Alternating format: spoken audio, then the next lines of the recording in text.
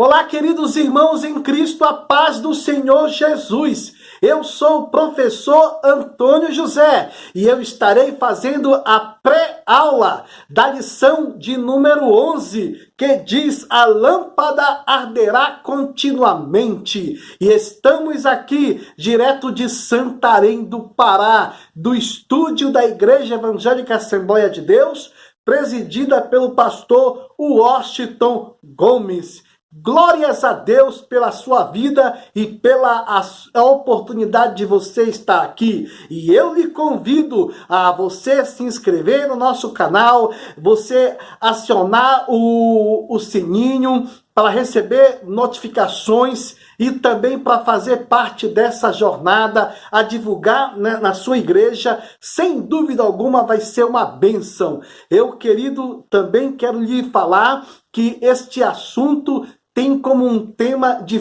fundamental importância para todos que fazem parte do corpo da igreja, dos servos de Deus aqui na terra. E é importante que venhamos logo entrar no assunto da lição. No texto áureo diz assim: falou-lhes, pois, Jesus outra vez, dizendo: eu sou a luz do mundo. Quem me segue não andará em trevas, mas terá a luz da vida. João capítulo 8, versículo 12. Vamos também para a verdade prática. E ela diz assim: tal como as lâmpadas do tabernáculo brilhavam continuamente, assim devemos nós resplandecer neste mundo de apostasias,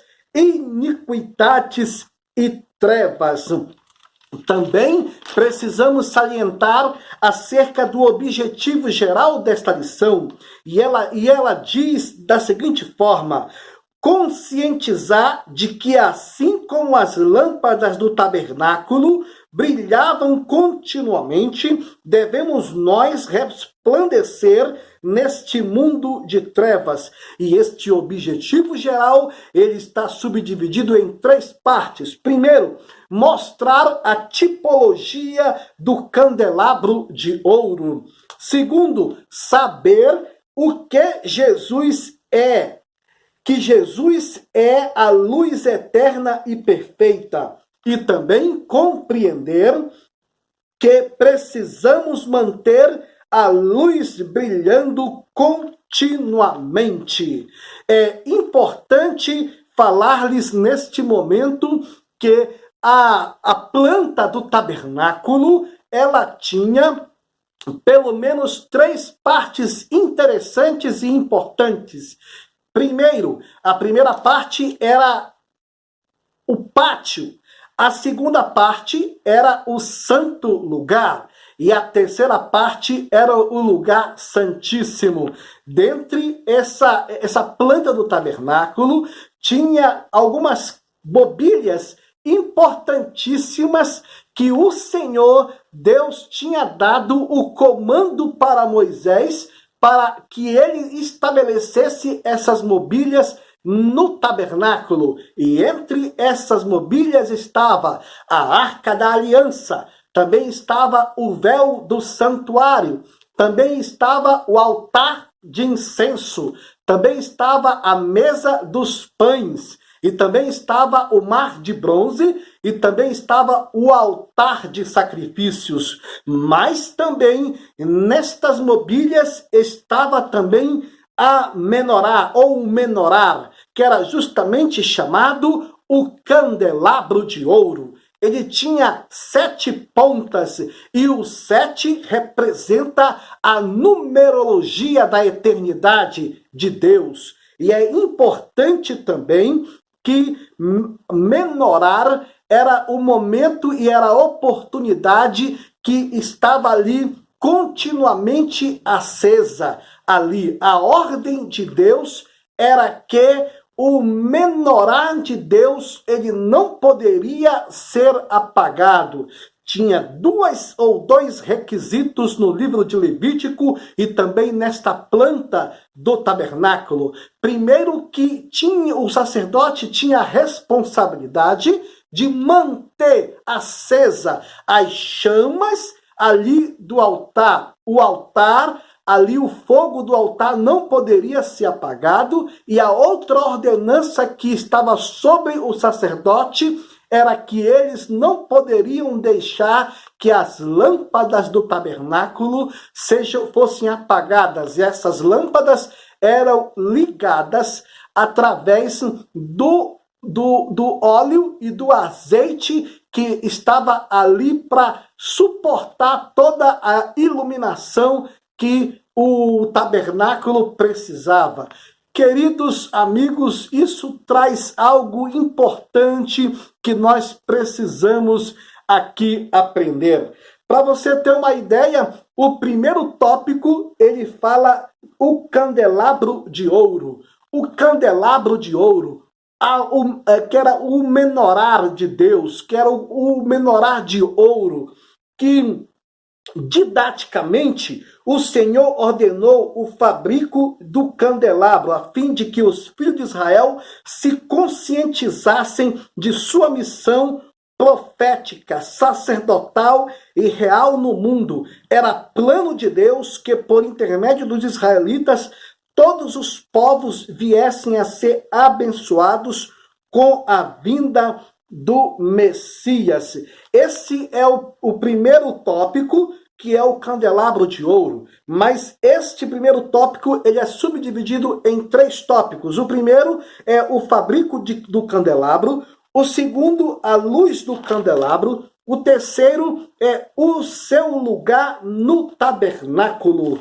Vale ressaltar, para falar acerca do candelabro de ouro, é que, para você ter uma noção, uma ideia, como isso tinha uma tipologia, esse candelabro para os nossos dias hoje tem, e para os dias daqueles que frequentavam o tabernáculo e que faziam o trabalho, o ofício ali, era importantíssimo também, mas pelo menos tinha 3 coisas importantes na tipologia ali do candelabro. Primeiro, este candelabro representava a presença de Deus, a presença de Yahvé ali no tabernáculo, porque ele trazia a luz, e você sabe que onde não existe luz, existe escuridão, existe trevas, existe dificuldades, existe uma série de coisas que impedem que os homens, as mulheres, as pessoas enxerguem. Mas quando tem luz, a coisa muda. As coisas se tornam mais transparentes, mais perceptivas e muito mais francas, percebidas, de ser olhadas e enxergadas. Assim também é no mundo espiritual. Onde tem luz, as trevas têm que sair. É por isso que uma das apresentações de Jesus, quando se refere à pessoa dele, é que ele disse: eu sou a luz do mundo. Porque onde existe luz, as trevas têm que partir. Tem que ter, na verdade, iluminação para a presença de Deus sacrossanta se tornar evidente. E isto é importante ressaltar acerca disso.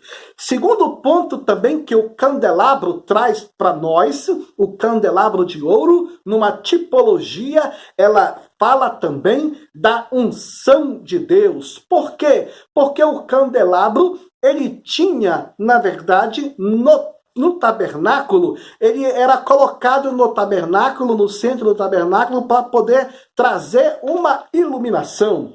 Mas também, quando foi construído o templo, se foi colocado 5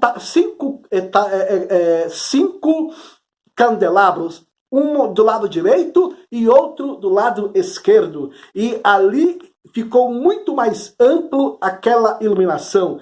E para você ter uma noção, era a responsabilidade do sacerdote manter aquelas luzes completamente em evidência. Elas não poderiam apagar, porque a responsabilidade era do sacerdote em colocar óleo ali naquele tabernáculo. Isso representa muita coisa. Lembrando, como eu sempre falo aqui, para você entender melhor esta lição e todo o ensino bíblico e teológico desta lição, você vai precisar linkar ao ministério pastoral. Por que que você precisa linkar ao ministério pastoral? Porque isso traz uma tipologia aplicada e precisa ser vivida e também aplicada a uma teologia moderna, odierna, local,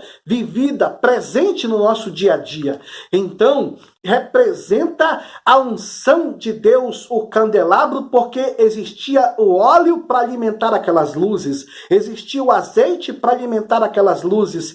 E eu te digo que se um sacerdote, um pastor, um membro, um novo convertido, um líder da sua igreja, quando ele não ora, ele não tem a unção de Deus. Quando ele não busca na fonte, na palavra, não tira o TSD, que quer dizer tempo sozinho com Deus, muita coisa não passa a não fluir na vida dele. Ele pode até pregar, mas os resultados não aparecem. Ele pode até cantar, mas também os resultados da sua música, do seu louvor e da sua adoração não consegue ter o efeito completamente de uma pessoa que busca, que se entrega e que faz com que a sua vida se torne nas mãos e na presença do Pai. E também vale ressaltar também que o candelabro de ouro, ele tinha também um outro ponto importante, que era a palavra de Deus. Por que a palavra de Deus? Porque o candelabro, ele trazia esta mensagem tipológica, porque ele trazia iluminação. E aquilo que traz iluminação te mostra um caminho, te dá um norte. E é importante que a palavra de Deus, ela seja na tua vida, na minha vida, como que um farol baixo e um farol alto. Por exemplo, a Bíblia mesma diz que lâmpada para os nossos pés é a tua palavra. Isso quer dizer farol baixo. E luz para o nosso caminho, farol alto. Importante que a gente perceba e aprenda isso.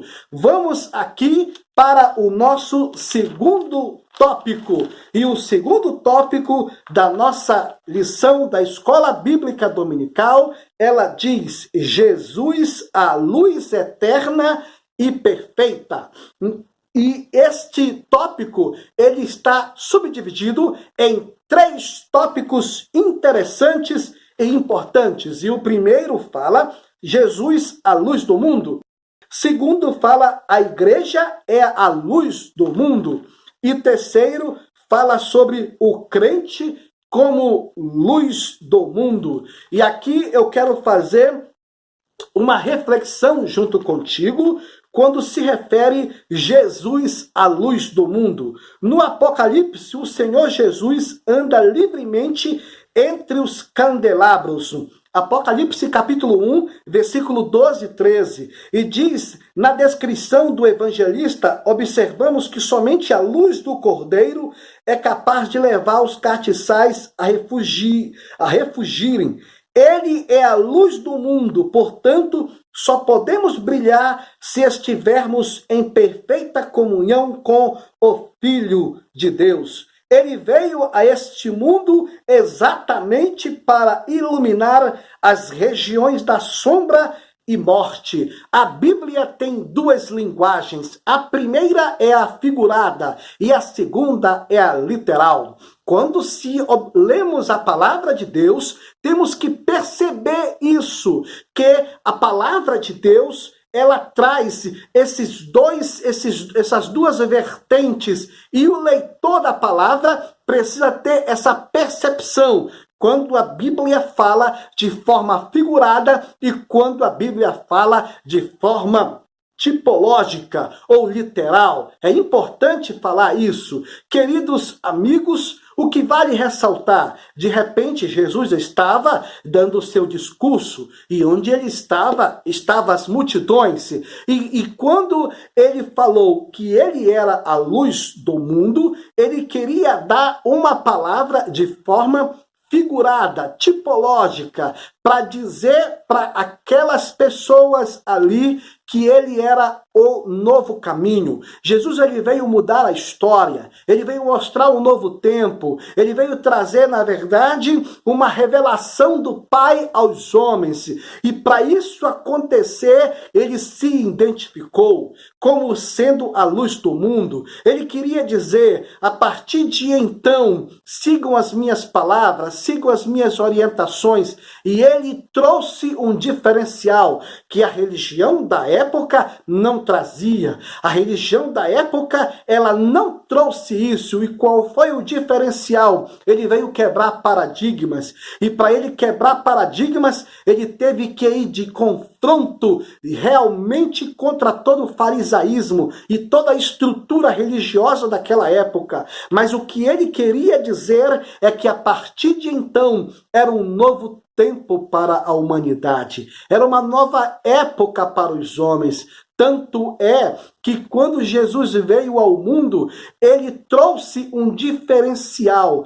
Tanto que quando as pessoas afluíam, se reuniam, se aglomeravam e queriam ouvi-lo, porque ele trazia uma palavra que manava do coração, do trono do Pai.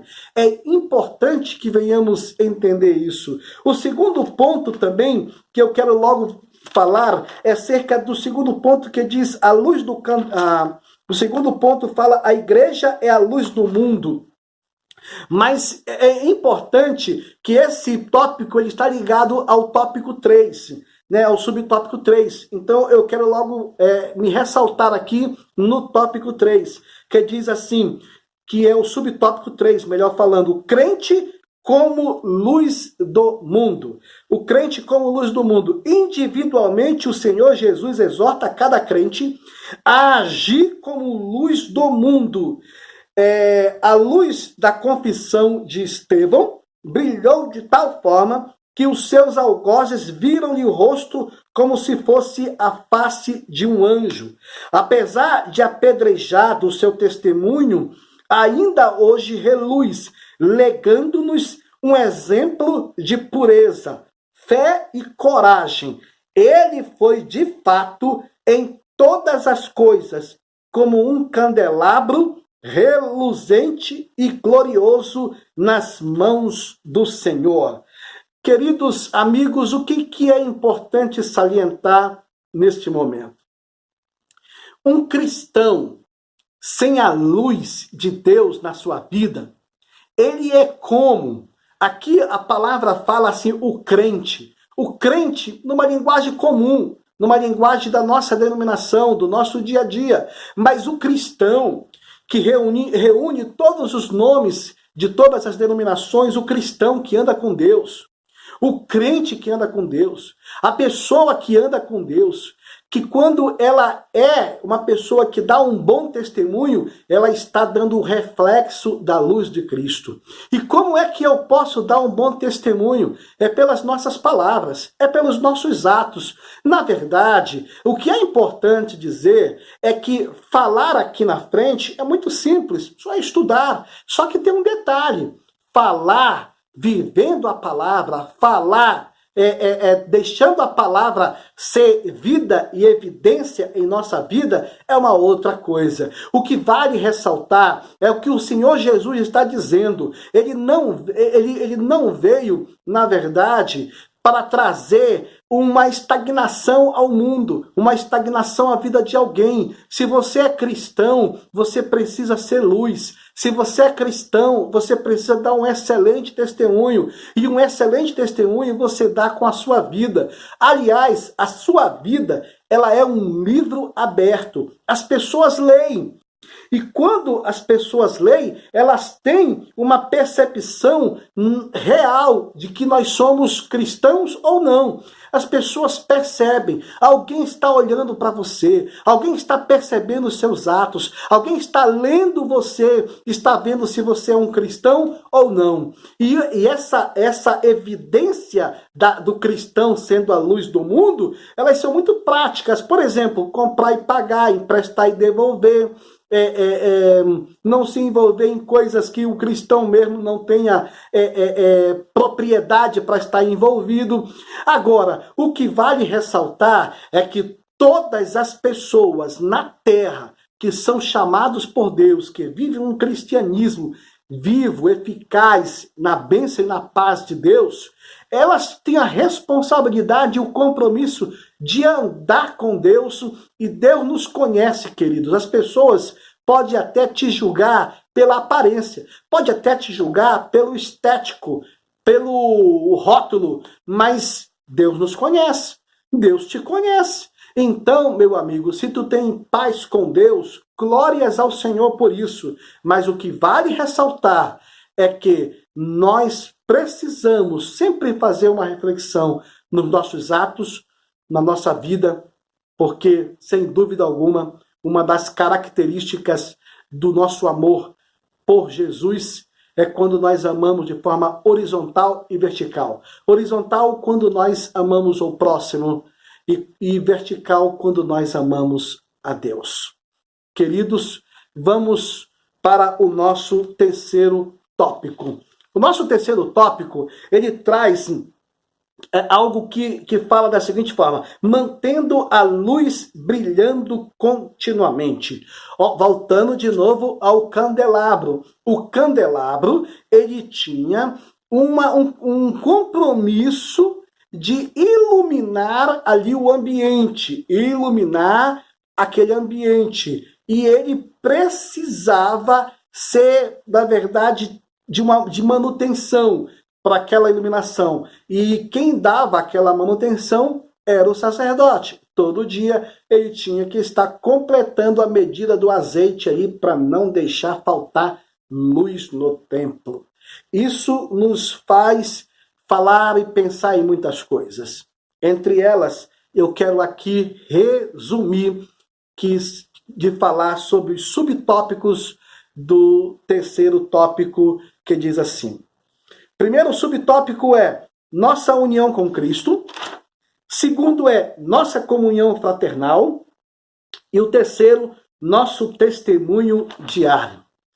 O sacerdote, ele tinha uma responsabilidade de manter aquelas luzes ligadas, trazendo isso para uma tipologia, para uma mensagem explicada e até mesmo de uma mensagem ampla para o entendimento que o sacerdote, eu e você, isso não quer dizer que seja só o pastor da sua igreja ou somente o seu líder. Não, é você. Hoje você é sacerdote de Deus. Hoje você faz parte do sacerdócio real. Há uma responsabilidade muito grande de Deus sobre a sua vida. Há um compromisso de Deus na sua vida maior do que as minhas palavras podem expressar. E um desses enlaces de comunhão está baseado, sabe o quê? Na nossa união com Cristo. Queridos, a nossa união com Cristo, ela representa muita coisa. E ela diz da seguinte forma: para reluzirmos como luz do mundo, nossa união com Cristo é imprescindível. O candelabro visto por Zacarias ardia de forma ininterrupta, pois estava ligado a um vaso de azeite, e este, por sua vez, achava-se conectado a duas oliveiras. Esta mensagem aqui fala de nós. Nós, como cristãos, precisamos estar sempre unidos com Cristo. Ou nós estamos unidos com o mundo, ou nós estaremos unidos com a carne, ou nós estaremos unidos, na verdade, até com as trevas, se nós não estivermos unidos com Cristo Jesus, o nosso Senhor. Pense nisso, isso é importantíssimo. 3 coisas puxam o homem para se afastar de Deus: a carne, o mundo e as tentações em todas as esferas. Mas nós precisamos nos alimentar nos pés do Senhor, na presença de Deus, no nosso dia a dia, para que esse azeite venha descer sobre a nossa cabeça, sobre o nosso coração, sobre a nossa vida, que representa, numa mensagem figurada, a unção de Deus, a presença do Senhor. O segundo tópico fala sobre nossa comunhão fraternal. E aqui eu quero relatar o que disse o terceiro subtópico, que fala sobre o nosso testemunho diário. O nosso testemunho diário representa nosso testemunho cotidiano. Não deixa de ser uma expressão profética, pois de forma veemente protesta contra o pecado. Lembremos-nos de que o candelabro era adornado por figuras de amendoeiras, nas quais brotavam a luz gloriosa. Esta foi a árvore que marcou o chamamento do profeta Jeremias. Jeremias 1, 11 e 12. Na tipologia profética, ela é a árvore despertador, por ser a primeira a florescer na primavera. Nosso testemunho diário, meu amigo, minha amiga, o que vale ressaltar para você aqui é que todos nós temos um compromisso de ter um testemunho diário. Sabe, queridos, o que é interessante falar é que os saudosistas, aqueles que só se lembram do que eram no passado e nunca podem falar o que são hoje. Porque o que vale ressaltar é que tudo que está lá no nosso passado, que fizemos, isso vai estar lá e vai ficar lá no passado. Mas para Deus, o que interessa é que nós somos hoje. Quem você é hoje, é isso que faz a diferença. Quem você é hoje no cristianismo, na vida com Deus, na sua igreja, na escola, no trabalho, nos negócios, no dia a dia. Quem você é, isso que faz a diferença. O que vale ressaltar aqui, que Deus te conhece e sabe todas as coisas. E uma das formas importantes para a gente concluir aqui é a gente estar ligada ao amor de Deus e ao amor pelo próximo. A gente está ligado ao temor ao Senhor, a buscar, na verdade, um novo compromisso com Deus diário, a ter um renovo na nossa aliança com Deus, a ter, na verdade, uma restauração no altar a cada momento. Se você pecou, meu irmão, se arrependa, se curve, se humilhe. O Senhor pode te dar, na verdade, um perdão e a oportunidade de viver com Ele a cada momento. Aqui eu quero te dizer, em nome do Senhor Jesus, se você ainda não é, na verdade, um cristão, se entregue ao Senhor. Jesus te ama e tem um plano na tua vida. Em nome do Senhor Jesus. E para finalizar, eu queria te convidar, se você ainda não é inscrito no nosso canal, se inscreva no nosso canal, divulgue na sua igreja, porque você é uma bênção na presença de Deus. Um forte abraço e não se esqueça, Jesus te ama e Ele quer te ajudar a cada momento a você ser uma bênção na presença dEle. Em nome de Jesus, um abraço.